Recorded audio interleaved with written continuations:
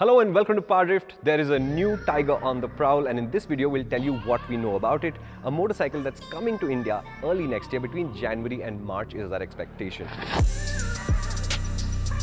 Before we start, can I please ask you to hit the 4 buttons we love you to hit: subscribe, bell, like and share. And let's get on with it. So Triumph has just revealed the first details on their newest Tiger in town. The smallest Tiger there is the Tiger 660.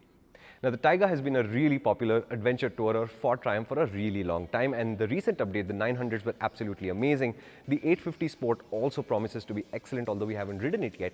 And now, early next year, there should be a new one called the 660 that joins the fray. What we know about the 660 is that it was developed simultaneously with the Trident 660, which of course we've tested. And if you haven't, please do go see the video. It's playing on PowerDrift. It has been for a little while now. Now, the Trident 660's idea was to create a cost-effective entry-level platform for you to get into big multi-cylinder motorcycling at a relatively reasonable cost. That's the whole point of why the Trident 660 was created.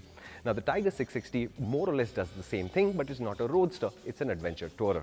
And the first thing you'll notice, obviously, that it's got 17-inch wheels. Now, it's very easy for people to dismiss the idea of an adventure tourer with 17-inch wheels, saying, what's it for? And clearly what it's not for is off-roading, because Triumph won't even offer you spoke wheels as an optional item on the accessory catalog.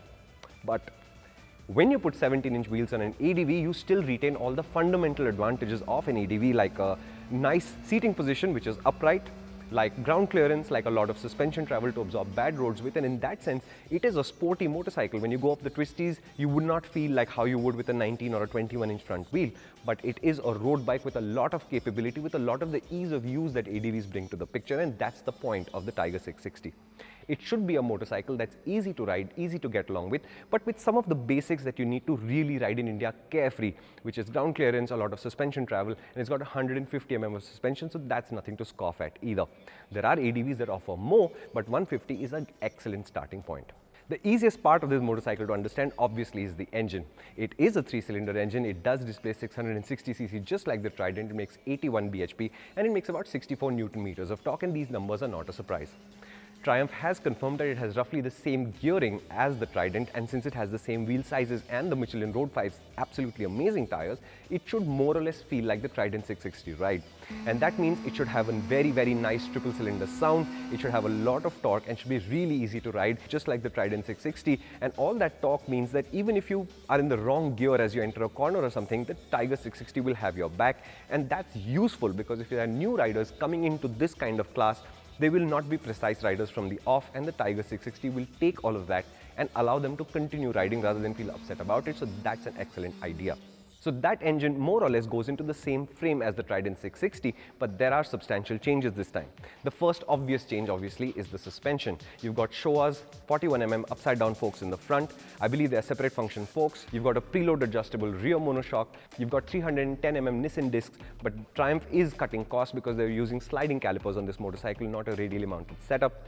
But the swing arm is new and long, the subframe is also longer to accommodate pillion and luggage, and that's where you really realize what the Tiger 660 is for.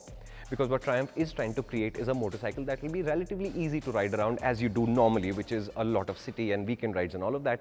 But if you decided to take this motorcycle on tour, this will be a more spacious motorcycle than the Trident 660, and in that sense, it should be a lot easier to ride. The only difference is how have they tuned the suspension, because the Trident 660 was a little bit stiff. We're hoping that the Tiger with its larger suspension units is a lot more compliant with bad roads, with pillions, and if you adjust the preload, and they've got a remote preload adjuster as standard, so there's no reason why you shouldn't adjust your preload when you add a pillion or luggage.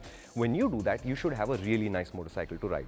What Triumph is further saying to underline how serious they are about the touring capability of this motorcycle is that they've got pannier mounts already built into the subframe area, and that's an important thing. I've used factory luggage on my Ducati for absolutely tens of thousands of kilometers, and I absolutely loved it because it was easy to add to the motorcycle, and when you removed it from the motorcycle, it didn't leave any racks and other kinds of visual interruptions behind. And to me, it looks like Triumph has gone the exact same way, and at least the side panniers, 57 liters, will be a great addition if you're touring, if you don't already use a soft luggage setup of some sort. On the flip side, they're also offering your top box, and that is something that I don't recommend you buy. Top boxes, especially when they're fully loaded, are really far away from the center of gravity of the motorcycle, and you'll always feel it as you go into corners. On the Tiger, this problem is worse because the Tiger 660 ends quite early, and after that is the rack that you'll use to mount the top box on. So this weight is actually placed really far away from the center of gravity. Top boxes are useful, but they will influence your handling, and I would say before you spring for the top box, try and get a test ride. It's one of those pieces of luggage, it's a place to put luggage that I'm really not a fan of. Triumph has also done their usual loading of features. So this is a motorcycle that's got 2 riding modes, rain and road. You've got traction control that you can turn off completely. You've got dual channel ABS, and I don't think you can turn the ABS off, and that's fine, right? 17-inch wheels, it's a road bike, why would you need to turn the ABS off? It's also got a ready to fit, but it's not standard, the Bluetooth unit with the GoPro controls and all of that. And if you look at the screen, it's divided into 2 parts. The top half is an LCD screen, reverse LCD, so that's white characters on a black background that show you the basics of the rev counter, the speed you're doing, the fuel gauge, etc. And at the bottom is the color screen, which shows you other data, including controls for the GoPro, navigation, and other things like that. Obviously, the bike will connect to an app, and for that you'll have to purchase the accessory Bluetooth unit. It doesn't come standard with it. What is important to underline here, obviously, is that this motorcycle gets Michelin's Road 5s as standard, and as of today, I think they are the absolute best tires on the market. So expect the Tiger to handle really well in the wet as well as the dry. It's a really satisfying tire to use, and it lasts a really long time, so that's a very, very astute selection. Triumph is also saying that part of the agenda of making this motorcycle easy to own is not just the price, and we'll come to the price in just a minute, it's also the ownership cost. Remember, the motorcycles in this segment, especially in India, are motorcycles like the Versys 650 and the V-Strom 650, and what Triumph is saying is that apart from the features itself, this Tiger should be as much as 30% cheaper to own, with as much as 20% less parts cost over the first 3 years. Now, this is a claim that the Triumph UK guys have made. How does it translate to India is something that we have to find out. So finally, let's talk about price and availability. As we said, this motorcycle should come to India between January and March 2022. That's the window of opportunity for Triumph to launch this motorcycle. We're thinking it's going to be March. And in price terms, the Tiger 660 is roughly 15% more expensive than the Trident 660 in the UK, which in India puts the price of the Tiger at roughly 8 lakh rupees, or just under ex-showroom. That is actually a great price if you think about it, because that means it's about 50,000 rupees more than the Kawasaki Versys 650, which of course is due for an update for a really long time. So it's one of the least feature-loaded motorcycles in the ADV 650 class. And the V-Strom 650, which does have a larger feature set than the Versys. It is a more capable motorcycle than the Versys. Currently my favorite mid-weight ADV in the class, and that's what the Triumph is attacking by sitting right bang in the middle, roughly 50 from the Versys and 50 from the V-Strom.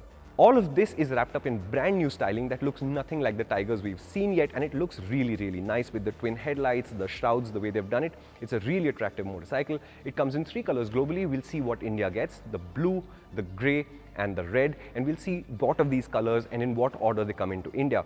But the promise is that when you walk into a Triumph showroom, say in April 2022, there will be an adventure tourer there that is focused on the road, it's focused on touring, it's easy to ride, and hopefully it's cheap to buy as well as own, and that's the promise. Does this excite you? Leave us a comment. How would you like us to attack the Tiger 660 story? Leave us a comment. And if you have more questions about midweight ADVs or the Tiger 660, do leave us a comment as well.